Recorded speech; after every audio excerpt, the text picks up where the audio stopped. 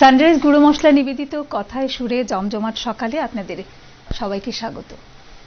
আমরা প্রতিদিন এই সময়টায় থাকি সুর নিয়ে, সঙ্গীত নিয়ে, বিভিন্ন আঙ্গিকের। কিন্তু আজকের দিনে একটু ব্যতিক্রম। আজকে আমরা থাকবো কথা নিয়ে। আর সেই কথা যদি হয় একেবারে প্রমিত উচ্চারণে, ছন্দবদ্ধ, তাহলে নিশ্চয়ই ভালো লাগবে।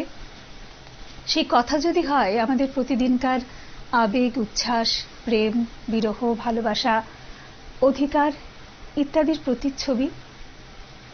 শিল্পীরা যখন আমাদের আবেগগুলোকে কথামালার মধ্যে দিয়ে আমাদের সামনে ছবির মতো তুলে ধরেন, তখন সেই কথা অনেক বেশি শ্রুতিমধুর হয়ে ওঠে। আমরা থাকবো আজকে এমনই ভাবে, এমন দুজনকে নিয়েই থাকবো যারা শুধু রাজ্যে নয়, রাজ্যের বাইরে, এমনকি দেশের বাইরে সুখ্যাতি অর্জন করেছেন।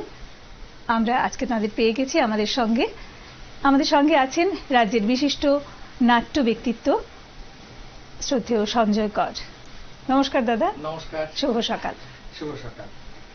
আছেন বিশিষ্ট অভিনেত্রী সুপ্রীতি ঘোষ। শুভ সকাল। নমস্কার দিদি, স্বাগত আপনাদের। আমরা আজকে, আমি নয়, আমার মনে হয় যারা ওপারে আছেন দেখছেন অনুষ্ঠান, তারাও অধীর আগ্রহে আছেন যে আমরা কি শুনবো আজকে আপনাদের কাছ থেকে। আমাদের অনুষ্ঠান কি দিয়ে শুরু হবে আজকে?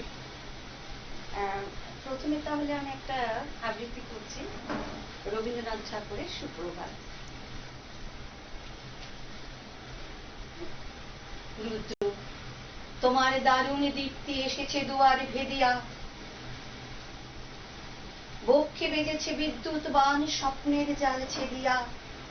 ভাবিতেছিলাম উঠি কিনা উঠি, অন্ধ তামস গেছে কিনা ছুটি, রুদ্ধ নয়ন মেলি কিনা মেলি, তন্দ্রা জরিমা মাজিয়া।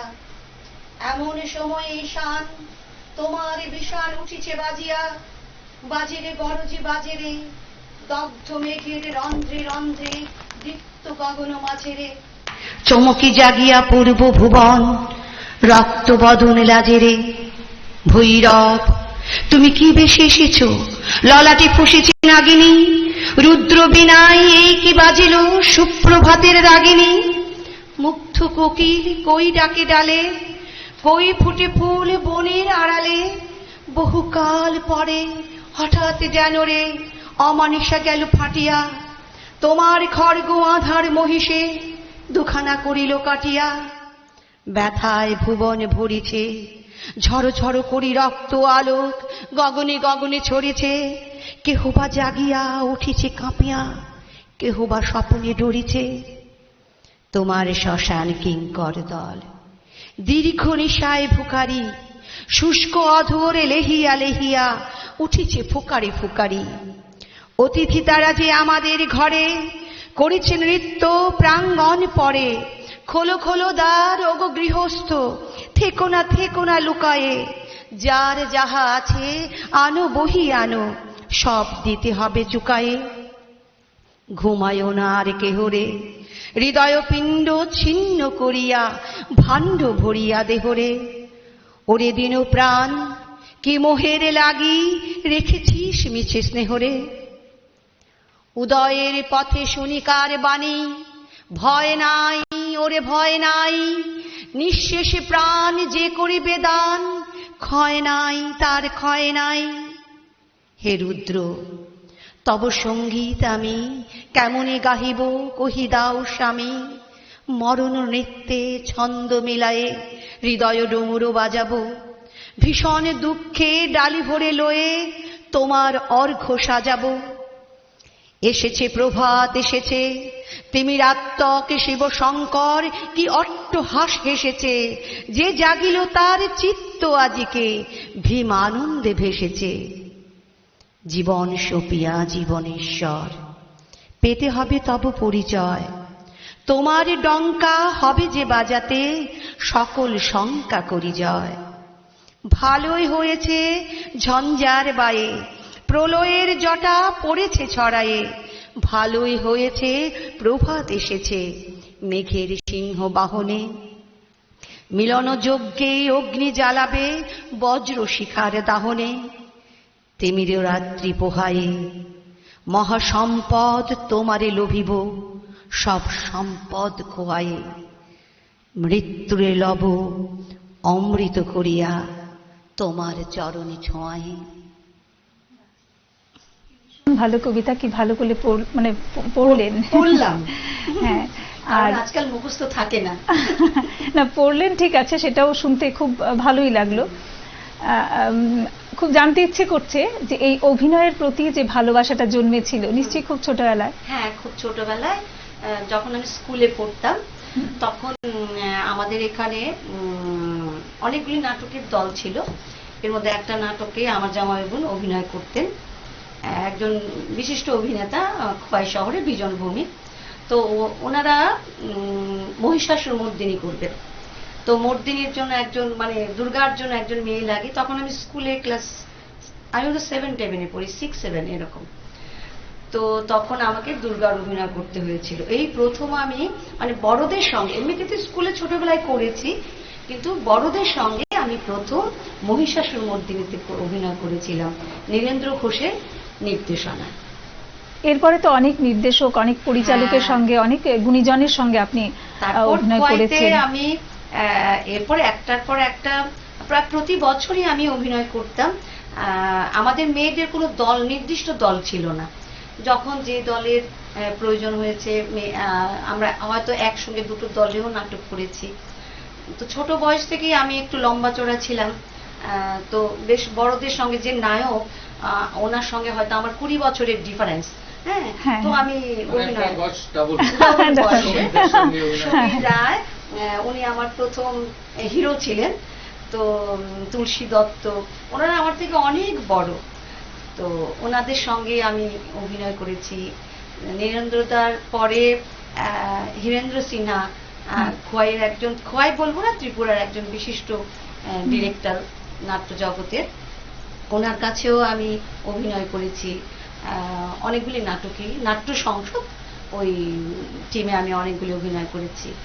তারপরে আগরতলা থেকে অফিস ড্রামা কম্পিটিশন হতো, খোয়াই থেকে আমরা তখন খোয়াইয়ের সব শিল্পীরা মিলে একটা টিম করে আসতাম। তো সেখানে প্রশান্ত গাঙ্গুলি, ওনার নির্দেশনায় অভিনয় করেছি 2-3টে অভিনয়। তখন লখনৌতে গেছি, কলকাতা, তারপরে ত্রিপুরা, তো সব জায়গায় অভিনয় করেছিলাম তখন। তারপর কালচারাল ক্যাম্পেইনে আসি, সাদা পায়রা অভিনয়টা নিয়ে, চন্দন সেনগুপ্তের লেখা একটা খুব ভালো নাটক। ওই নাটকে মেন ক্যারেক্টার ছিল কোজেদ। এটা সঞ্জয় করের নির্দেশনায় কালচারাল ক্যাম্পেইনে শুরু হয়। তারপর দেবনা তিতুন। হ্যাঁ, সেটা দেবনা তিতুন, সেটা একটা বিশাল, বলা হয় যে মডার্ন যে থিয়েটার ত্রিপুরার, সেটার একটা মাইলস্টোন। আর কমল রায়চৌধুরী, আমার মনে হয় যে এই যে মানে নামটা, এটাতে একটা বিশেষ বিষয় নিয়ে। হ্যাঁ, তিতুন মানে দেবনা তিতুন, মানে দেবনা তিতুন মানে কি বলবো, বেগার শ্রম দেবনা। মানে আমলে একটা প্রথা ছিল যে যেখানে রাজ কর্মচারীরা যেতেন গ্রামে গঞ্জে, তো সেখানে গ্রামবাসীকে বেগারশ্রম দিতে হতো, তাদের জিনিসপত্র বয়ে নিয়ে যাওয়া, তাদেরকে এমনকি যারা নাকি ওই রাজ কর্মচারী তাদেরকে কাঁধে করে বয়ে নিয়েও যেতে হতো, তাদের মালপত্র তো নিতেই হতো, এবং পয়সা দেবে না তার জন্য, মানে উইদাউট ওয়েজেস সেটা হতো। এটাকে তিতুন প্রথা বলতো। তো এটার জন্য একটা মুভমেন্ট হয়েছিল, ওটাকে নিয়ে কমলদা একটা লিখেছেন দেবনা তিতুন, খুব সাড়া ফেলেছিল এই নাটক। যেটা বলছিলাম এই নামটাতে, যে আমাদের নাটক বা যাই হোক, মানে এগুলি যে সামাজিক ইয়ের প্রতিচ্ছবি আর কি, সামাজিক পটভূমির যে যখন, এটা একটা বিশাল ব্যাপার। এবং যে কোনো বিষয় আমরা যতটা না অন্যভাবে বোঝাতে পারি মানুষকে, থিয়েটারের মাধ্যমে, নাটকের মাধ্যমে। রামকৃষ্ণদেব কিন্তু বলে গেছিলেন যে নাটক লোকশিক্ষা দেয় একেবারে। তো তার জন্য নাটক দেখা, অভিনয় দেখা খুব দরকার প্রত্যেকটা মানুষের। কারণ আমরা এখান থেকে অনেক কিছু গ্রহণ করতে পারি। কারণ নাটক যখন একজন রাইটার যখন লেখেন, উনি কিন্তু আশপাশের পরিবেশ দেখেই একটা নাটক লেখেন। ওইখান থেকে আমরা অনেক কিছু বুঝতে পারি, জানতে পারি। বিভিন্ন সময়ের নাটকগুলি আমার মনে হয় একটা সামাজিক পটচ্ছবি আর কি একেবারে। আমি একটু বলি যে বাংলা নাটকের ধারাই হচ্ছে প্রতিবাদ করা। একেবারে সেই আমরা যদি একদম গোড়াতে চলে যাই, আমি একদম শিশির ভাদুরী বা তার আগে গিরিশচন্দ্র ঘোষের পরবর্তী সময়টাতে আসছি, আধুনিক সময়কালটাতে 1940-40-এর পর সময়টাতে। তখন আমরা নবান্নকে বলা হয় যে এই নতুন নাট্যধারার প্রথম নাটক। নবান্ন বলুন, ছেড়াতার বলুন, বা অন্যান্য যে সমস্ত নাটক পরবর্তীকালে রবীন্দ্রনাথের নাটক বলুন, রক্তকরবী কিংবা বিসর্জন, সব জায়গাতেই কিন্তু একটা বিষয়কে তোলা হয়েছে যেটা সম্পর্কে লেখক নাট্যকার কিছু বলতে চেয়েছেন, সমাজে একটা বার্তা দিতে চেয়েছেন। ফলে বাংলা নাটকের সেই ধারাটাকে আমার মনে হয় এখনো যারা বাংলা নাটক করেন সেই শুধুমাত্র আমোদের জন্য, বিনোদনের জন্য নাটক আমরা করি না, বা বাংলা নাটকের ধারা সেই মুখে এখনো যায়নি। একটা সমাজের সঙ্গে, রাষ্ট্রের সঙ্গে, মানুষের ব্যক্তিগত জীবনের সঙ্গে তার একটা সুসম্পর্ক রয়েছে, এই কাজ করছে সবাই। এবার দাদার কাছে যাব, কি শুনবো? শোনার তো অনেক ইচ্ছেই আছে, অনেক কিছু বলারই আছে। প্রথমে আমি নিউজ ভ্যানগার্ডকে আমি ধন্যবাদ জানাই যে আজকে সকালবেলা এরকম একটা সময়ে আমরা মানে দর্শকদের সামনে আসতে পারলাম। বেশ কিছুদিন আমরা কোভিডের জন্য প্রায় তো ঘরবন্দিই ছিলাম দীর্ঘ সময়। এখন আস্তে আস্তে সমস্ত কিছু খুলছে, আস্তে আস্তে আমরা নানা সাংস্কৃতিক অনুষ্ঠান, সামাজিক অনুষ্ঠান ইত্যাদিতে আমরা একত্রিত হচ্ছি। আমরা নিজেদের আবেগ, আমাদের ভাব, এগুলোকে আদান প্রদান করতে পারছি। তো এর মধ্য দিয়ে আমাদের যে সমস্ত ক্রিয়েটিভ কাজকর্ম সেগুলো শুরু হয়ে গেছে, তাই না? একদম ফুল সুইং এ আমি বলবো। সেটা যেমন ভাবে হলগুলোতে হচ্ছে, ঠিক একইভাবে বাইরের সামনে বসন্ত উৎসব রয়েছে, কালকেই তো হোলি। এই সমস্ত মিলিয়েই কিন্তু আমরা চাইছি সব দিক থেকে, আমাদের সামাজিক, অর্থনৈতিক সব দিক থেকে যাতে আমরা আবার কোভিড পূর্ব যে অবস্থা সেই স্বাভাবিক অবস্থায় ফিরে আসতে পারি। আমি একটা কবিতা, এখন আসলে সেই ইয়েটা নেই, কি বলবো, আত্মবিশ্বাসটা নেই। নাটকের ক্ষেত্রে যদিও বলে ফেলতে পারি, কিন্তু দীর্ঘ কবিতাগুলো যে বলে ফেলবো না, খুব ইয়ে থাকে যে ভুলে যাচ্ছি। সেটা আমরা মানবো না, একেবারেই মানবো না, একেবারেই মানবো না। এইটা একটা ঠিক যে আসলে আমরা এমনিতে তো কোভিড পরিস্থিতি আমাদের একেবারে একটু কেমন করে দিয়েছে মনের দিক থেকেও, তাই না? বয়সের দিক থেকেও আমরা একটু ভারী হয়ে গেছি, তার জন্য মস্তিষ্কে মনে থাকে না। আমি এখন দেবেশ ঠাকুর, একজন খুব পরিচিত পশ্চিমবঙ্গের একজন, শুধুমাত্র কবি নন উনি, আমার শ্রদ্ধেয় স্যার, তাই এখনো থাকি ক্লাসে স্যারের, ভীষণ ভীষণ প্রিয় আমার, মানে স্যার তো ভীষণ। আমার সঙ্গে বর্ধমানে আমরা নাটক করতে গিয়েছিলাম, তখন আমার পরিচয় হয়েছিল, খুব বন্ধুত্ব হয়েছিল। উনি একাধারে নাট্যকার, নিজে অভিনেতা, তার বেশ কিছু একক নাটক আছে যেগুলো নাকি ভীষণ রকম ভাবে ভালো, বিশেষ করে মাইকেলেরকে নিয়ে যেটা করেছিলেন সেই নাটকটা। তো তারই একটা কবিতা ভারতবর্ষ, সেই কবিতা পাঠই করে শোনাচ্ছি আমি আপনাদের।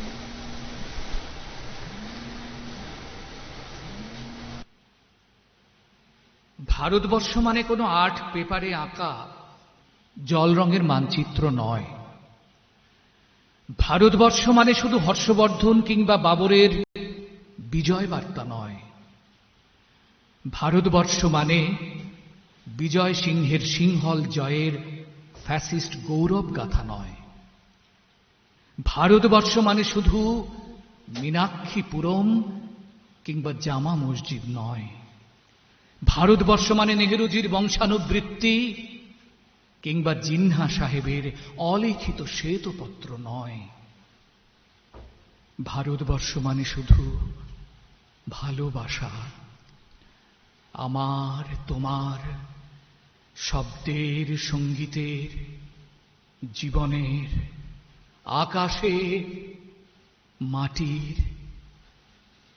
আমাদের প্রাইমারি স্কুলে কলু খাঁ সাহেব সাদা দাড়ি, মাথায় ফেজ, ড্রিল করাতেন আমাদের, ডান বাঁ, ডান বাঁ, ডান বাঁ।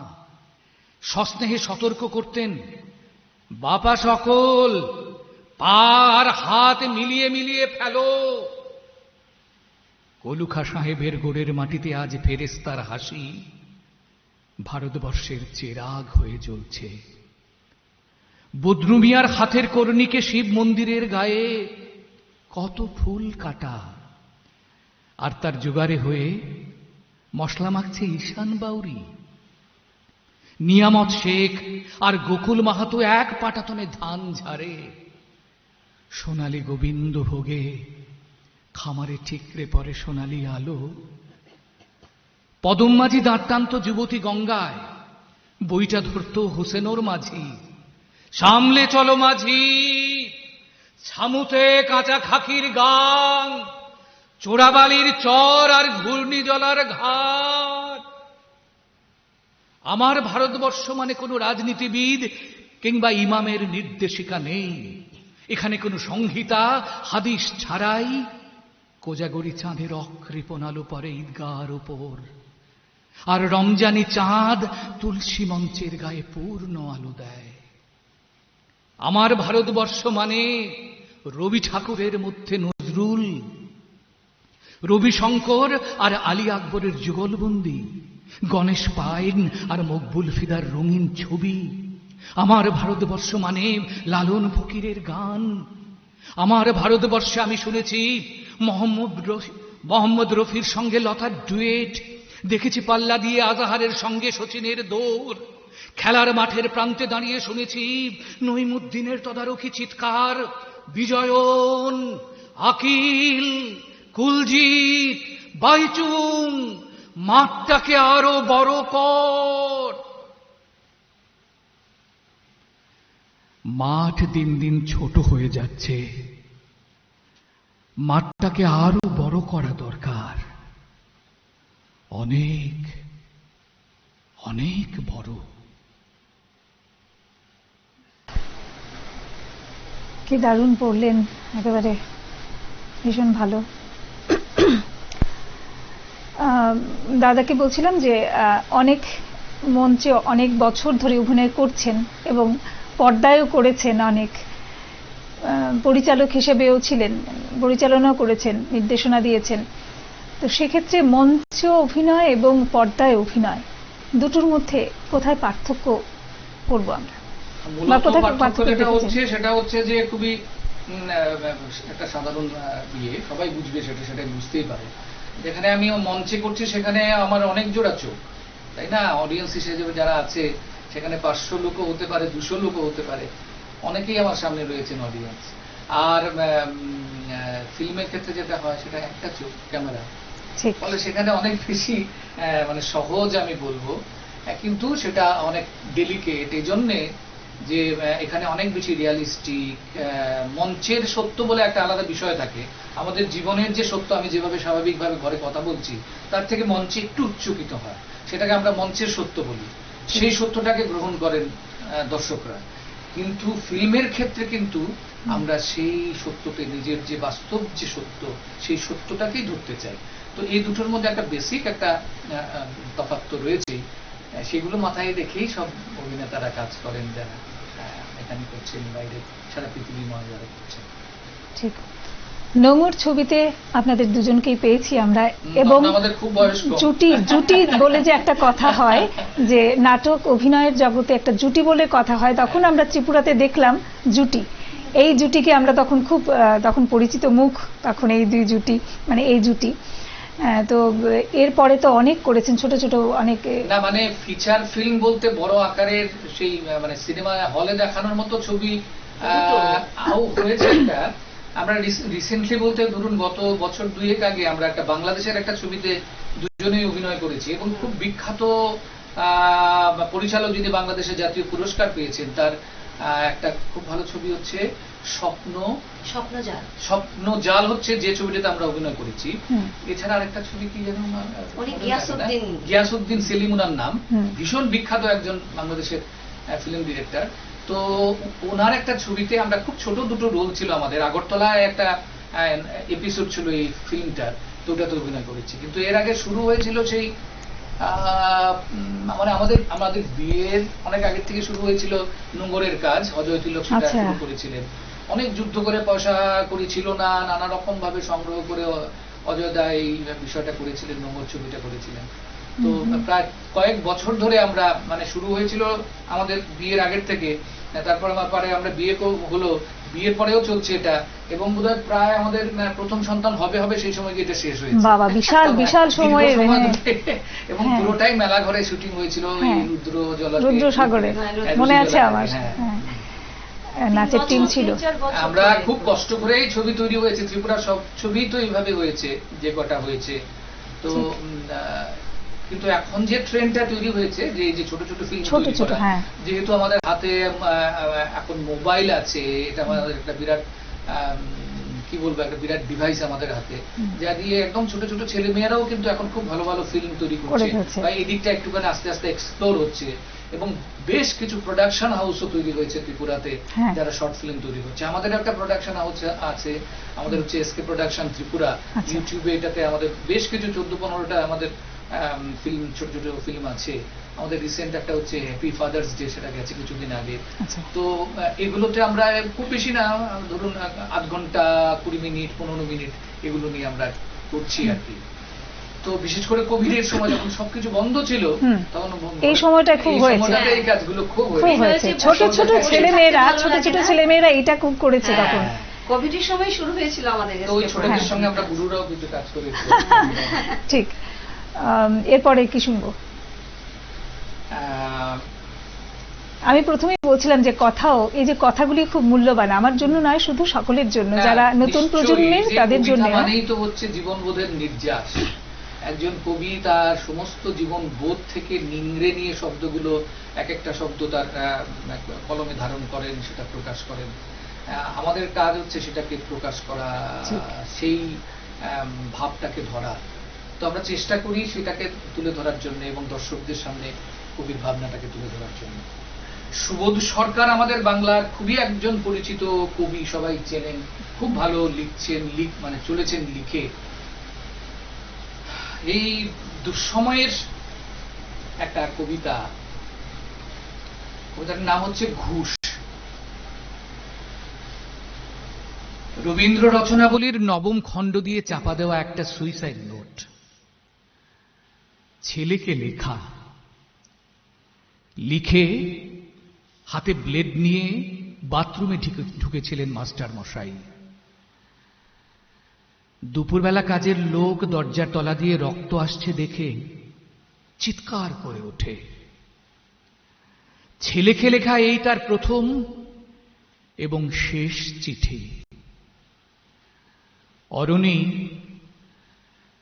আমি বিশ্বাস করি সন্তান পবিত্র জলের মতো। যদিও তোমার সঙ্গে আমার সম্পর্ক ভালো নয়, তবু তোমাকেই লিখে রেখে যাই। গত 2 বছর তোমার মায়ের চিকিৎসা বাবদ আমার যৎসামান্য সঞ্চয় আপাতত নিঃশেষিত। চিকিৎসার ব্যয়ভার আমি আর নিতে পারছিলাম না। জীবনে তোমার টাকা ছুঁইনি, মরেও ছোঁব না। আমি আজীবন ছাত্র পড়িয়েছি, জ্ঞানও তো কোনো অন্যায় করিনি। গত মাসে আমার স্কুলে এক অভিভাবক এসে ঝুলুঝুলি করেন তার ছেলেকে নেবার জন্য। আমি প্রথম দিন ফিরিয়ে দিই, দ্বিতীয় দিন ফিরিয়ে দিই, তৃতীয় দিন পারিনি। তিনি আমাকে একটা বড় খামে 30,000 টাকা দিয়ে চলে যান। সেই টাকায় এই মাসে তোমার মায়ের চিকিৎসা চলছে। জানি না তিনি বাড়ি ফিরবেন কিনা কোনো দিন। ফিরলে বলো, পৃথিবীতে আমার বেঁচে থাকার অধিকার চলে গেছে। ইতি বাবা। যখন সারাটা দেশ দাঁড়িয়ে আছে ঘুষের টাকার উপর, তখন রবীন্দ্র রচনাবলী দিয়ে চাপা দেওয়া একটা সুইসাইড নোট হাসপাতালে গাছের তলায় গা ছমছম করছিল। এগিয়ে গেলাম সাদা কাপড়ে ঢাকা মাস্টার মশাইয়ের দিকে। একটু বেরিয়ে থাকা পা দুটোর দিকে। ওই একটু বেরিয়ে থাকা পা দুটি যেন ভারতবর্ষের শেষ মাটি। ভীষণ ভালো, ভীষণ ভালো। কি বলবো, আসলে একেবারে আমাদের সামাজিক প্রতিচ্ছবি দেখলাম আমরা আমাদের এই কবিতাটির মধ্যে দিয়ে। আদর্শ আদর্শ থেকে একটু সরে গেলে সেই যারা বিচ্যুত হওয়ার যে যন্ত্রণা, যন্ত্রণা, সেটা কি, সেই কষ্ট সেই মাস্টারমশাই নিতে পারলেন ঠিক। না। আমরা আমাদের সামনে আমাদের শিক্ষা, এই জন্যই তো কবিতা লেখা, কবিতা পাঠ করা, ঠিক মানুষের বোধে একটু নাড়া দেওয়া, একটু পৌঁছে দেওয়া এই কথাগুলো। আমরা থাকবো কবিতায়, যেতে ইচ্ছে করছে না, কিন্তু নিতে হবে একটা ছোট্ট বিজ্ঞাপন বিরতি। বিরতির পরে ফিরে আসছি, অবশ্যই সঙ্গে থাকবেন। এরপরে আপনারা দেখছেন কথায় সুরে জমজমাট সকাল, আর আমাদের মধ্যে আছেন আজকে রাজ্যের বিশিষ্ট দুইজন, সকলের চেনা, এবং শুধু রাজ্যে নয়, রাজ্যের বহিরাজ্যেও সুখ্যাতি লাভ করেছেন, রাজ্যকে বারবার গৌরবান্বিত করেছেন এনারা। আজকে আমরা ধন্য হয়েছি এদের পেয়ে, কারণ একের পর এক দারুণ দারুণ সব জিনিস শুনতে পাচ্ছি। আমি দিদির কাছে চলে যাব, কি শোনাবেন এবারে? আমি সুনীল গঙ্গোপাধ্যায়ের না পাঠানো চিঠিটা পড়ছি। বাহ। মা, তুমি কেমন আছো? আমার পোষা বেড়াল খঞ্চু, সে কেমন আছে? সে রাত্রিরে কার পাশে শোয়? দুপুরে যেন আলী সাহেবের বাগানে না যায়। মা, ঝিঙে মাচার ফুল এসেছে, তুলিকে আমার ডোরের শাড়িটা পরতে বলো, আঁচলের ফেসোটা যেন সেলাই করে নেয়। তুলিকে কত মেরেছি, আর কোনোদিন মারব না। আমি ভালো আছি, আমার জন্য চিন্তা করো না। মা, তোমাদের ঘরের চালে নতুন খড় দিয়েছ? এবারে বৃষ্টি হয়েছে খুব, তরফদার বাবুদের পুকুরটা কি ভেসে গেছে? কালু ভুলু মাছ পেয়েছে কিছু? একবার মেঘের ডাক শুনে কই মাছ উঠে এসেছিল ডাঙায়। আমি আম গাছ তলায় দুটো কই মাছ পেয়েছিলাম। তোমার মনে আছে? তোমার মনে আছে মা? মনে আছে আলী সাহেবের বাগানে সেই নারকোল চুরি করে আনিনি, মাটিতে পড়েছিল, কেউ দেখেনি। নারকোল বড়ার সেই স্বাদ এখনো মুখে লেগে আছে। আলী সাহেবের ভাই নিজান আমাকে খুব আদর করত। বাবা একদিন দেখতে পেয়ে চেলা কাঠ দিয়ে পিটিয়েছিল আমাকে। আমার কি দোষ? কেউ আমাকে আদর করলে আমি না বলতে পারি? আমার পিঠে এখনো সে দাগ আছে। আলী সাহেবের বাগানে আর কোনো দিন যাইনি। আমি আর কোনো বাগানেই যাই না। সেই দাগটায় হাত বুলিয়ে বাবার কথা মনে পড়ে। বাবার জন্য আমার খুব কষ্ট হয়। আমি ভালো আছি, খুব ভালো আছি, বাবা যেন আমার জন্য একটুও না ভাবে। তুলি কি এখনো ভূতের ভয় পায় মা? তুলি আর আমি পুকুর ধারে কলা বউ দেখেছিলাম, সেই থেকে তুলির পিঠের ব্যায়াম শুরু হলো। দাদা সেই কলা গাছটা কেটে ফেললো, আমি কিন্তু ভয় পাইনি। তুলিকে কত কি পেয়েছি। আমার আবার মাঝ রাত্রে সেই কলা বউ দেখতে ইচ্ছে করে। হ্যাঁ, ভালো কথা। দাদার কোনো কাজ পেয়েছে? নকুলবাবু যে বলেছিল বহরমপুর নিয়ে যাবে। দাদাকে বললো, আমি ওর উপর রাগ করিনি। রাগ পুষে রাখলে মানুষের বড় কষ্ট। আমার শরীরে আর রাগ নেই, আমি আর এক ফোঁটাও কাঁদি না মা। আমি রোজ দোকানে খাবার খাই, পটল ভাজাও খাই। হোটেলে কিন্তু কখনো শাক রান্না হয় না। পুকুর পাড় থেকে তুলি আর আমি তুলে আনতাম কলমি শাক। কি ভালো, কি ভালো, বিনে পয়সায়। কোনোদিন আর কলমি শাক আমার ভাগ্যে জুটবে না। জোর হাওয়া দিলে তাল গাছের পাতা সরসর করে, ঠিক বৃষ্টির মতো শব্দ হয়। এই ভাদ্র মাসে তাল পাকে, ডিপ ডিপ করে তাল পড়ে। বাড়ির তাল গাছ দুটো আছে তো, কালু তালের বড়া বড় ভালোবাসে। একদিন বানিয়ে দিও। তেলের খুব দাম জানি, তবু একদিন দিও। আমাকে বিক্রি করে দিয়ে ৬,০০০ টাকা পেয়েছিলে, তা দিয়ে একটা গরু কেনা হয়েছে তো। সেই গরুটা ভালো দুধ দেয়। আমার মতন মেয়ের চেয়ে গরু অনেক ভালো। গরুর দুধ বিক্রি করে সংসারে সুসার হয়, গরুর বাছুর হয়, তাতেও কত আনন্দ হয়। বাড়িতে কন্যা সন্তান থাকলে কত জ্বালা। দুবেলা ভাত দাও রে, শাড়ি দাও রে, বিয়ের জোগাড় করো রে, হাবুল নিজান শ্রীধরের তাবা থেকে মেয়েকে বাঁচাও রে। আমি কি বুঝি না? সব বুঝি, সব বুঝি। কেন আমায় বিক্রি করে দিলে তাও তো বুঝি। সেই জন্যই তো আমার কোনো রাগ নেই, অভিমান নেই। আমি তো ভালোই আছি, খেয়ে পড়ে আছি। তোমরা ওই টাকায় বাড়িঘর সারিয়ে নিও ঠিকঠাক। কালু বুলুকে স্কুলে পাঠিও, তুলিকে ব্রোজেন ডাক্তারের ঔষধ খাইও। তুমি একটা শাড়ি কিনবে, বাবার জন্য একটা ধুতি, আর দাদার একটা ঘড়ির শখ। তা কি ও টাকায় কুলবে? আমি কিছু টাকা জমিয়েছি, সোনার দুলও গড়িয়েছি। একদিন কি হলো জানো মা? আকাশে খুব মেঘ জমেছিল। দিনের বেলায় খুরখুটি অন্ধকার। মনটা হঠাৎ কেমন কেমন করে উঠল। দুপুর বেলা চুপি চুপি বেরিয়ে ট্রেনে চেপে বসলাম। স্টেশনে নেমে দেখি একটা মাত্র সাইকেল রিক্সা। খুব ইচ্ছে হলো একবার বাড়িটা দেখে আসি। রথতলার মোড়ে আসতেই কারা যেন চেঁচিয়ে উঠল, কে যায়, কে যায়? দেখি যে হাবুল আর শ্রীধরদের সঙ্গে তাস খেলছে দাদা। আমাকে বলল, হারামজাদি, কেন ফিরে এসেছিস? আমি ভয় পেয়ে বললাম, ফিরে আসেনি গো, থাকতেও আসেনি, একবার শুধু দেখতে এসেছি। হাবুল বলল, এটা একটা বেবর্ষী মাগি। কি করে জানলো বলো তো? তাকে আমার গায়ে লেখা আছে। আর একটা ছেলে চিনি না বলল, ছি ছি ছি ছি, গায়ের বদনাম। হাবুল রিক্সাওয়ালাটাকে চোখ রাঙিয়ে বলল, ফিরে যা। আমি বললাম, দাদা, মায়ের জন্য কটা টাকা এনেছি, আর তুলির জন্য।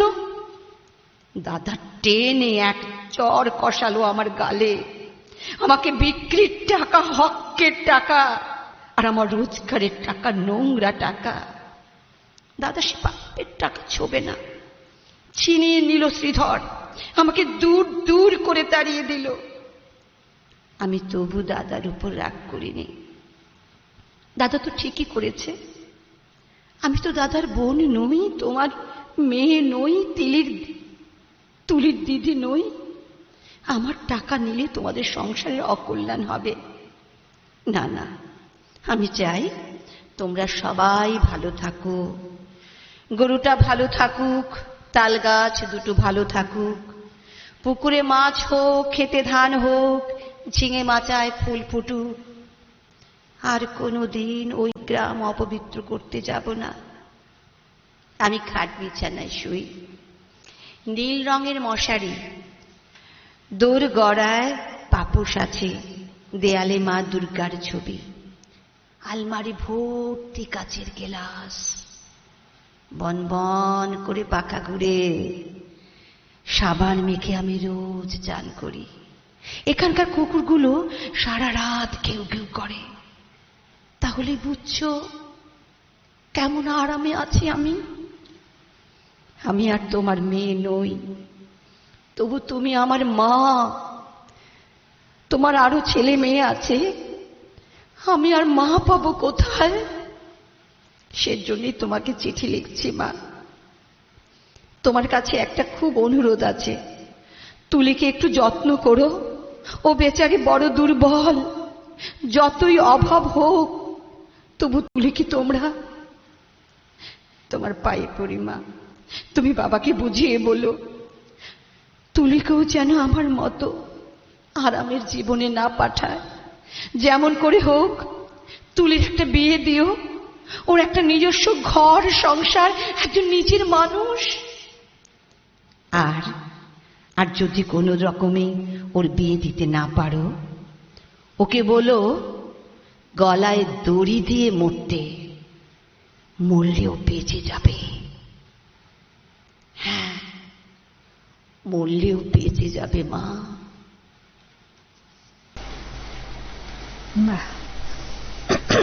ভীষণ ভালো। একেবারে আমাদের সমাজে এরকম স্তম্ভিত হয়ে যেতে হয় এইসব শুনলে। ভীষণ ঘটছে এখানেই আর কি। কবিরা যখন লিখেন তখন আমরা জানতে পারি, আরো মনে হয় যে এইসব ঘটনা তো ঘটছে। আমি দাদার কাছে একটু যাব। আমাদের সময়ও শেষ হয়ে আসছে, কিন্তু খুব জানতে ইচ্ছে করছে। আমার মনে হচ্ছে যে সময়টা অনেক কম আমাদের জন্য। অনেক অ্যাওয়ার্ড পেয়েছেন, নর্থ ইস্ট থেকে পেয়েছেন পপুলার ডিরেক্টরের অ্যাওয়ার্ড, NETV থেকে পেয়েছেন, NSD থেকে পেয়েছেন। এরপরে আপনার দুটা প্রতিষ্ঠান আছে, নাট্যভূমি এবং সবুজকুলি, দুটো। এই যে সৃষ্টির কাজে যুক্ত আছেন এত বছর যাবত, এতজন আপনার হাত দিয়ে তৈরি হয়েছে, এত স্টুডেন্ট, কোথাও মনে হয় আজকে এসে যে ঠিক এমন হলে যারা করছে তাদের সম্পর্কে আপনার কি মানে কি বলবেন ওদের? দীর্ঘ সময় আমি তো প্রথম ছিলাম কালচারাল ক্যাম্পেইনে খোয়াইতে, সেটা 1980 সাল আমরা তৈরি করেছিলাম।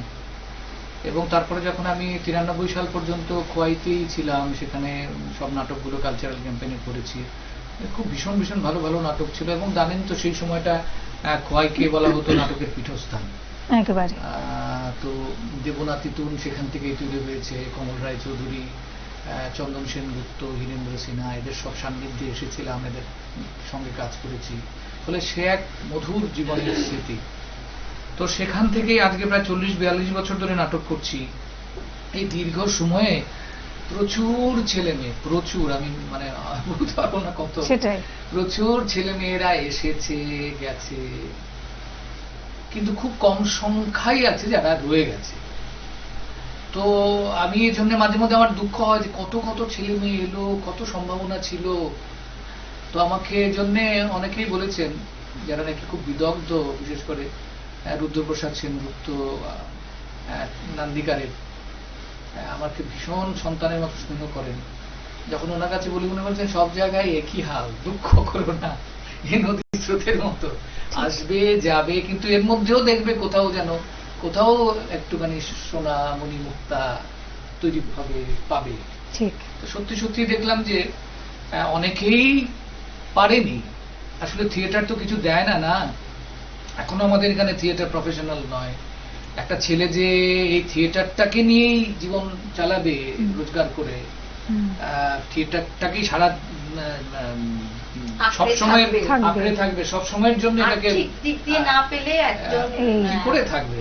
এই জায়গাটায় বোধহয় আমাদের, এই জায়গাটায় আমাদের না, সারা ভারত সমস্ত পৃথিবীতেই এখানে একটা গ্যাপ আছে। তবুও আমরা যেমন এই যে আমাদের যে একটা শখের থিয়েটার বা অ্যামেচার থিয়েটার, এটা কিন্তু আমি জার্মানির একজন মহিলা, ওনার নাম হচ্ছে স্ক্যালামোর, ক্রিস্টিন স্ক্যালামোর, ওনার সঙ্গে ঢাকাতে একটা 10 দিনের ওয়ার্কশপ করেছিলাম।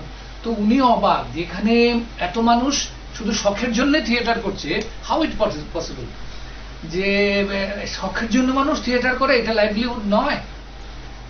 তাই আমি বললাম যে না, এটা তো নয়, এখানে তো সবাই মানে বিরাট সংখ্যাটাই হচ্ছে শখের জন্য। কিন্তু আমরা যেটা এখন করতে চাই সেটা হচ্ছে যে আমরা শখের জন্য করছি, we are not professional in the sense, but আমরা আমাদের অ্যাটিটিউডটা হচ্ছে প্রফেশনাল। আমাদের যে প্রোডাক্টটা হবে, it should be in the professional level. মানে এটাকে একটা প্রফেশনাল লেভেলে নিয়ে যাওয়ার জন্য, এটা শুধুমাত্র আমাদের দেশের লেভেলে নয়, আমরা চাই আমাদের প্রোডাক্টটা যেটা, সেটা আন্তর্জাতিক লেভেলেও যাতে কম্পিট করতে পারে, সেখানেও দাঁড়াতে পারে। সেই চেষ্টাই আমরা গত 40 বছর ধরে করে চলেছি। তো এখানেই আমার সুখটাও বলবো, দুঃখের কথা যেমন বললাম, অনেক ছেলেমেয়েরাই আছে আমার সঙ্গে আমার কাছ থেকে শিখেছে, আমরা একসঙ্গে কাজ করেছি, একসঙ্গে কাজ করে এখন তারা নতুন নতুন নিজেদের দল গড়েছে। সেই দল থেকে তারা নিজেরা মানে তারা ডাইরেক্ট করছে নাটক, তারা নাটক লিখছে, এবং ত্রিপুরাতে তারা আস্তে আস্তে নিজেদের মাটি তৈরি করছে, জায়গা তৈরি করছে। তখন খুব আনন্দ হয়, খুবই আনন্দের, খুব আনন্দ হয় যে তারা নিজেরা দাঁড়াচ্ছে। তাদের অভিনয় দেখে দেখে মনে হয় যে কখন মানে তাদের পায়ে ধরে হাঁটা শিখিয়েছি, ওদের হাতে ধরে কথা বলা শিখিয়েছি, এখন কি সুন্দর এরা করে যাচ্ছে। তো এটাই আমি বলবো, জীবনের সার্থকতা এখানেই আমাদের জীবনের, আমাদের দুজনেরই একইভাবেই চলছে। তো ওইটাই সুখ আর কি, ওইটাই জীবনের যা কিছু প্রাপ্তি, আমি বলবো ওখানে। একেবারে আমরা সময়ের কাছে বাঁধা, সময় তো দাঁড়িয়ে থাকে না, শেষ কথা বলতে খুবই ভালো লাগে। শ্রুতি নাটক করবো, এটা রবীন্দ্রনাথ ঠাকুরের হঠাৎ দেখা কবিতার অবলম্বনে নাট্যরূপ দিয়েছেন সঞ্জয় কর। আমাদের দুজনেরই এটা আমরা বহুবার করেছি, বহু জায়গায়। তো মনে হলো যাচ্ছে এখানে করি, ভ্যানগার্ডে আমাদের তো। আর এটার মিউজিক করবে দেবপ্রীত দেবপ্রীত চক্রবর্তী। চক্রবর্তী। দেবপ্রীত আমাদের নাট্যভূমিতে অভিনয় করছে, ও সবুজকলি থেকে উঠে এসেছে। ও সবুজকলির ছোট্ট আচ্ছা। বয়সে ছোট্ট এসেছিল, বয়সে, মানে একদম শিশু আচ্ছা। থেকে এখন উঠে এসেছে। কলেজে পড়ে, এখন সে নাট্যভূমিতে করছে। সে নাটক আমাদের করছে। যে আছে। বাহ। অভিনেতা, সে আমাদের যে নাটকটা চলছে রঙিন রুমাল, হ্যাঁ, আমরা শেক্সপিয়ারের ওথেলো অবলম্বনে ত্রিপুরার কনটেক্সটে এটা করেছি। তোমাকে অন্তত বলি 27 হ্যাঁ, তারিখ তুমি হ্যাঁ, সেটা হ্যাঁ, দেখবে অবশ্যই, রবীন্দ্র অবশ্যই ভবনে। যাব, অবশ্যই যাব। তো এবং সেই নাটকে যারা একটা শুনছেন important role তারাও করছে। যাবেন হ্যাঁ। আশা করি। আমি বলবো যে আপনারা নাটকের সঙ্গে থাকুন। নাটক এমন একটা মানে যৌথ শিল্প, অনেকে মিলে আমরা কাজটা করি, কিন্তু এটা এটা খুব মানে খুব সমাজকে নিয়ে, মানুষকে নিয়ে সব সময় কথা বলে। ফলে এই যে আমাদের জীবন যুদ্ধ চলছে আমাদের প্রতিদিনকার, এর মধ্যেও দেখবেন একটু মানে যেন একটু অন্যরকম একটা কিছু পাবেন, আনন্দ উপভোগ করা যায়। আনন্দ এবং সেই সঙ্গে ভাবনার রসদ পাবেন থিয়েটার দেখে। ত্রিপুরার থিয়েটারে থাকুন। আমরা 16টা নাট্যদল একসঙ্গে মিলিত হয়ে আরেকটা কাজ করছি আচ্ছা। আগরতলাতে, সম্মিলিত নাট্য প্রয়াস বলে। বাহ। সেখানে 16টা নাট্যদল আগরতলার। আমরা প্রতি মাসের দ্বিতীয় শনিবার নাটক করছি রবীন্দ্র ভবনে। বাহ, এটা তো খুব ভালো। এটা চালু হয়েছে প্রায় গত বিশ্ব নাট্য দিবসে শুরু হয়েছিল 27শে মার্চ। আচ্ছা। এই 27শে মার্চে 1 বছর পূর্তি হচ্ছে। তো ওই কোভিডের জন্য একটু বন্ধ ছিল, কিন্তু এই প্রতি শনিবারের দ্বিতীয় শনিবারের প্রতি মাসের দ্বিতীয় শনিবার কিন্তু নাটক হচ্ছে।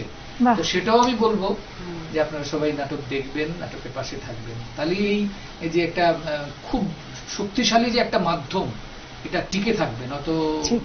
মুশকিল হয়ে যাবে। ঠিক। যাত্রার মতো এটা হয়তো একদিন হারিয়ে যাবে। যেটা বলছিলাম, হঠাৎ দেখা। হ্যাঁ, দেবপ্রীত।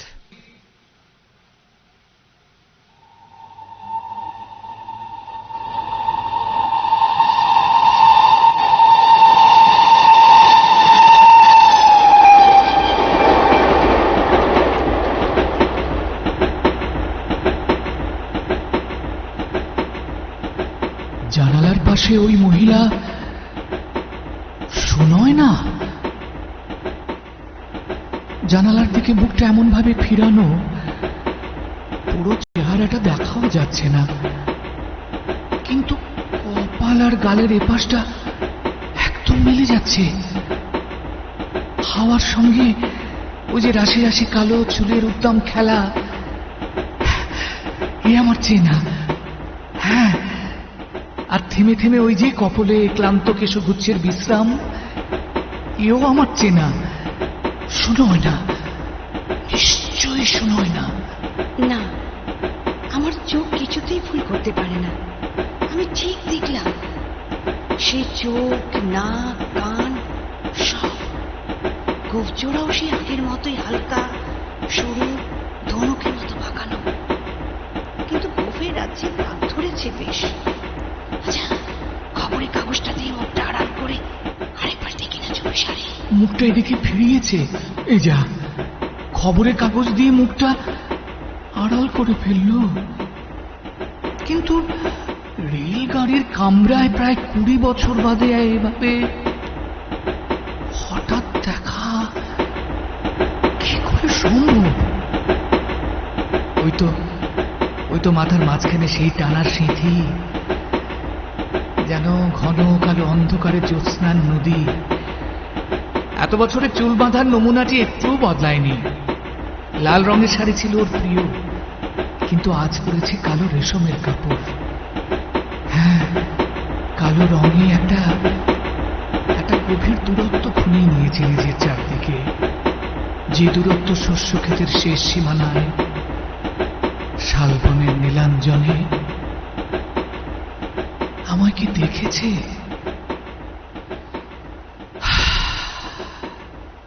শোনয় না, ওর কি মনে আছে আমাদের সংঘর্ষময় সেই প্রথম সাক্ষাতের কথা?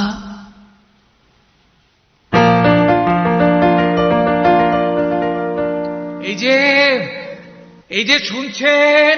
কাকে ডাকছেন? আমাকে? হ্যাঁ হ্যাঁ হ্যাঁ, আপনাকেই ডাকছি। আপনাকে একটু দাঁড়াবেন?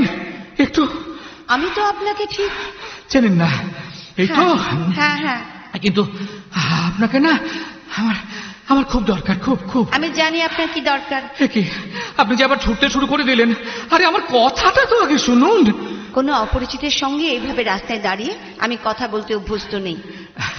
আপনি আমার পথ ছাড়ুন। আজ যে হেঁটে চলেছেন, আপনার টাঙ্গা গাড়ি কই? ওই তো, যা ভেবেছিলাম ঠিক তাই। আপনাদের আমি খুব চিনি, বুঝেছেন? গায়ে পড়ে কথা বলার ছুতো খুঁজে বেড়ান সব। দেখুন, এটা কিন্তু খুব বাড়াবাড়ি করে ফেলছেন, আমার সম্মানহানি করছেন আপনি। আচ্ছা, তাহলে সম্মানহানি যাতে না হয় সেই ব্যবস্থাটা করুন, আমার পেছন ছাড়ুন। ভুল করছেন।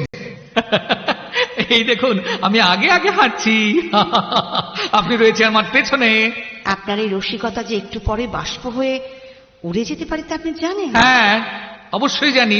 আপনি হচ্ছেন রায় বাহাদুর প্রতাপাদিত্য মিত্তিরের একমাত্র কন্যা। আপনার এক তুড়িতেই 20 জন লাঠিয়াল চলে আসবে। শুনুন, আমি আমার বাবার পরিচয় নিয়ে চলি না, নিজের শক্তিতেই চলি, বুঝেছেন? আপনি জান তো এবার। আরে আরে, এ তো মহা ঝামেলায় পড়া গেল। আরে নিজে যেচেই তো ঝামেলাটা তৈরি করেছেন। ওই যে আমার টাঙা আসছে। আরে কিন্তু কিন্তু কথাটা খুব জরুরি, আপনার শোনা দরকার। আচ্ছা বলুন তো, আপনি আমার পেছন ধরলেন কোথা থেকে? কেন? কলেজ থেকে। সেই সকাল থেকেই তো আপনাকে ধরবার জন্য চেষ্টা করছি, মানে আপনার পেছনে পড়েছি। অদ্ভুত কাণ্ড, একজন মেয়ের পেছনে পড়েছেন, আবার সেটা বড় মুখ করে বলছেন। শুনুন, যা বলার কলেজে বলবেন। চলো চলো সহিস। আরে শুনুন শুনুন, এই যে সুহাসদার খবর। দাঁড়াও দাঁড়াও সহিস। সুহাসদা মানে? আপনার রুমালটা কি হারিয়ে গেছে? ও হ্যাঁ, আরে রুমালটা তো আগে দেখানো দরকার ছিল। এই যে দেখুন আমার হলুদ রুমাল, এই যে পকেটে ছিল। আরে মশাই, এটা আগে দেখাবেন তো। আরে সেই সুযোগটা দিলেন কোথায়? বলুন, কি খবর বলুন। আজ বিকেল বেলায় কদম্ব গাছতলায় ব্যায়ামাগারে। ঠিক আছে। বন্দে মাতরম, বন্দে মাতরম। চলো চলো সহিস।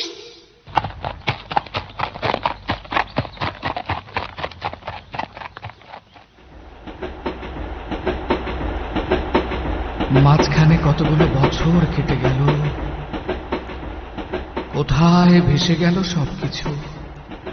ধৃতিমান কি আমাকে দেখতে পেয়েছে? না, ও তো জানালার দিকেই তাকিয়ে আছে। ধৃতি অদ্ভুত ছেলে এক, সুহাসদার বিশ্বস্ত অনুগামী। যেদিন প্রথম সুহাসদার ডেরায় গিয়েছিলাম, সেদিনই ধৃতিমানের আসল পরিচয়টা পাই। তখন সন্ধ্যা হয়। আমি কদম্ব গাছের নিচে তরুণ দলের ব্যায়াম সমিতিতে গিয়ে হাজির হই। দেখি প্রায় অন্ধকারের এক কোণে কয়েকজন যুবকের সামনে কিছু কথা বলছে ধৃতিমান। ভারতকে স্বাধীন করতে হলে যে আবেদন নিবেদনের পথে চলবে না, সেটা কংগ্রেসের প্রবীণ নেতারা কিছুতেই বুঝতে চাইছেন না। আমাদের এটা বুঝতে হবে যে 200 বছরের ব্রিটিশ শাসনের শিকড়টাকে তুলে ফেলতে হলে জোর লাগবে, জোর শক্তি প্রয়োগ করতে হবে। ওদের ওই অস্ত্রের মুখে আমাদের নিরর্থক প্রাণ দেওয়া আর কতদিন? তাই কমরেডস, আমাদের সশস্ত্র প্রত্যাঘাতের জন্য প্রস্তুত হতে হবে। আর কোনো পথ নেই। কত সহজভাবে কঠিন কথাগুলো বলছে, কিন্তু সুহাসদা কোথাও তো দেখতে পাচ্ছি না। নমস্কার। নমস্কার। আপনি কখন এলেন? এই তো কিছুক্ষণ। আচ্ছা, সুহাসদা কোথায়? হ্যাঁ, একটি জরুরি বার্তা পেয়ে সুহাসদাকে অন্যত্র যেতে হয়েছে। ও, তাহলে আমাকে সুহাসদা বলে গেছেন যে জিনিসটা আপনার দেওয়ার কথা, সেটা আমাকে দিয়ে যান। তাই বলে গেছে? বাবা, বাঁচা গেল। জিনিসটা আমাদের জানেন খুব দরকার, খুব। হ্যাঁ, এই যে নিন, এতে 1000 টাকা আছে। একটু পরেই একজনের হাতে এই টাকাটা তুলে দিতে হবে অস্ত্র সংগ্রহের জন্য। আমি জানি। আচ্ছা, আপনাদের এই আস্তানাটা নিরাপদ তো? এখন পর্যন্ত নিরাপদ। একটা বিষয় আমার খুব অবাক লাগছে, জানেন কি? ব্রিটিশের বিশ্বস্ত হিসাবে উপাধিপ্রাপ্ত রায় বাহাদুর প্রতাপাদিত্য মিত্তিরের একমাত্র কন্যা ব্রিটিশের বিরুদ্ধে লড়াইয়ে আমাদের সঙ্গী। বাবার নামের আগে ওই রায় বাহাদুর উপাধিটির জন্য আমার ভীষণ লজ্জা হয়। তবে এটাও ঠিক, জমিদার কন্যা বলেই কিন্তু আমি এই টাকাটা জোগাড় করতে পেরেছি, তাই না? এখন আমাকে উঠতে হবে, পুরোটা পথ আমি হেঁটে ফিরবো। হ্যাঁ হ্যাঁ হ্যাঁ, চলুন চলুন, আমি আপনাকে এগিয়ে দিই। দেখবেন অন্ধকার হয়ে গেছে। জানেন, আমাদের হাতে অস্ত্র এলেই না ব্রিটিশের একেবারে হৃদকম্প তুলে ছাড়বো আমরা। আপনার কথায় বারুদ আছে। হ্যাঁ, তাই নাকি? তাহলে তো কার্তুজের পয়সাটা বাঁচানো যাবে। হ্যাঁ, জানেন, আমার বাবার ধারণা এ দেশকে সুসভ্য করে তুলতে হলে ব্রিটিশ শাসনের কোনো বিকল্প নেই। আমার একটা প্রশ্ন, জানেন কি? দেশের জন্য এত বড় কাজটা আপনি করছেন কি করে? বাবার চোখে ধুলো দিয়ে। আমি স্বদেশী করছি জানলে তার বন্দুকের দুনলা আমার বুকে বসাবে। একজন নারী হয়ে এত শক্তি আপনি পান কোথা থেকে? কেন?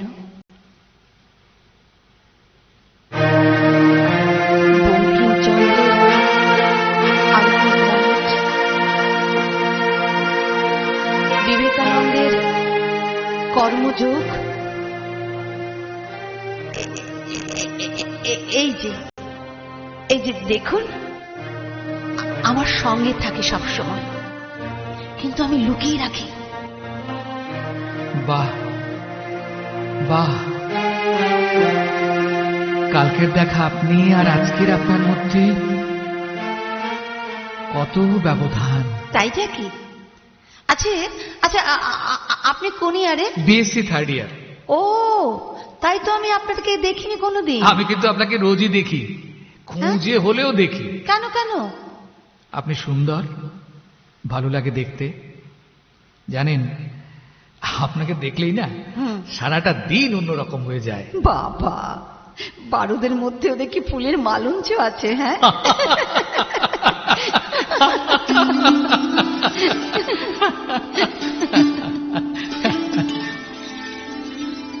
সুন্দর, তুমি এসেছিলে আজ প্রাতে, অরুণ বরণ পারিজাত লয়ে হাতে। নিদ্রিত পুরী পথিক ছিল না পথে, একা চলি গেলে তোমার সোনার রথে। বারেক থামিয়া মোর বাতায়ন পানে, চেয়েছিলে তব করুণ নয়ন পাতে।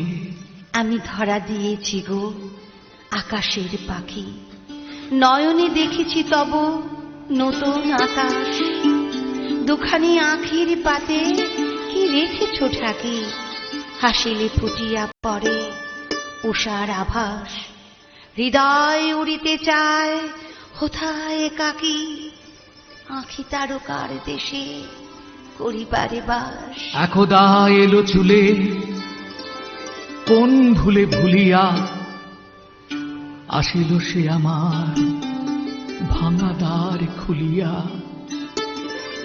জ্যোৎস্না অনিমেষ, চারিদিক সুবিজন, চাহিল একবার আঁখি তার তুলিয়া। দক্ষিণ বায়ু ভরে থরে থরে কাঁপে বন, উঠিল প্রাণ মন তারই সাথে কাঁপিয়া।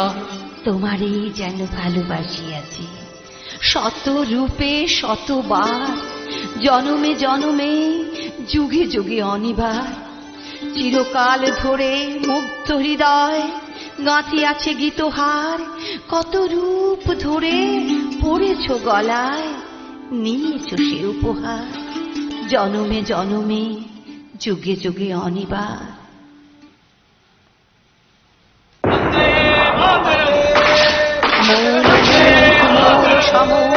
ঘনায় আধারে সহসা নিশিত রাত্রে কাজে শতধারে, বাক্য ভারে রুদ্ধ কণ্ঠ, হে স্তম্ভিত প্রাণ, কোথায় হারায় এলি তোর যত গান। মাসে যেন নাই বৃথায় নিঃশ্বাস কেবল, রাগিনীর পরিবর্তে শুধু অশ্রু জল।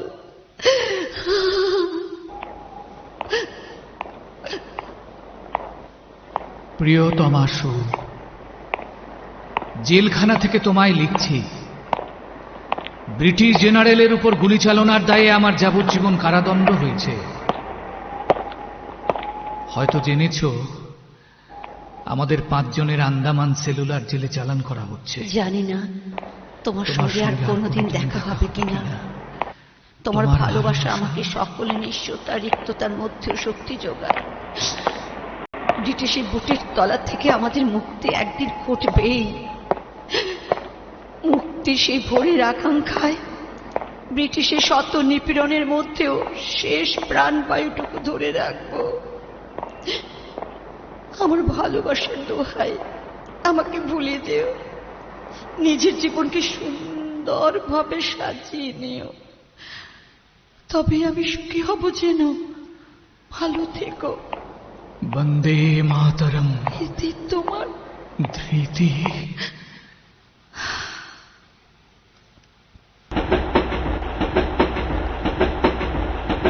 না না না না না, নিজেকে এভাবে আড়াল করার অর্থ হয় না। এতক্ষণ আমি কি ভাবছিলাম? কেন এই লুকোচুরি খেয়েছি নিজের সাথে? ঈশ্বর হয়তো এই শেষ সুযোগ দিয়েছেন।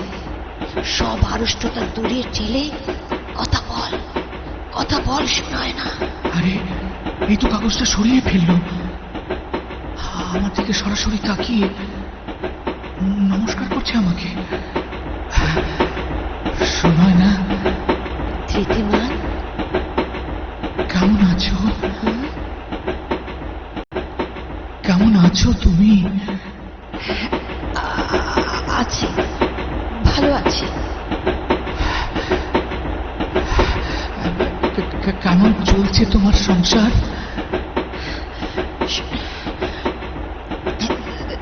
ধৃতিমান, কিছু মনে করো না। আমাকে নামতে হবে পরের স্টেশনে, তাই সময় নেই নষ্ট করবার মতো। তুমি হয়তো দূরে যাবে, দেখা হবে না আর কোনোদিন। তাই তাই যে প্রশ্নের জবাব থেমে আছে এতদিন, শুনবো তোমার মুখে। সত্য করে বলবে তো? হ্যাঁ হ্যাঁ, বলবো। বলো। আমাদের আমাদের গেছে যেদিন, একেবারেই কি গেছে? কিছুই কি নেই বাকি? হ্যাঁ, রাতের সব তারাই তো আছে দিনের আলোর গভীরে। আমার নামার স্টেশন এসে গেছে। আমাকে নাচতে হবে। আমি চলি। ভালো থেকো তুমি। ভালো থেকো তুমি। তুমিও ভালো থেকো। শোনায় না? শোনায় না? ভালো থেকো তুমি। ভালো থেকো। ভালো থেকো। ভালো থেকো তুমি।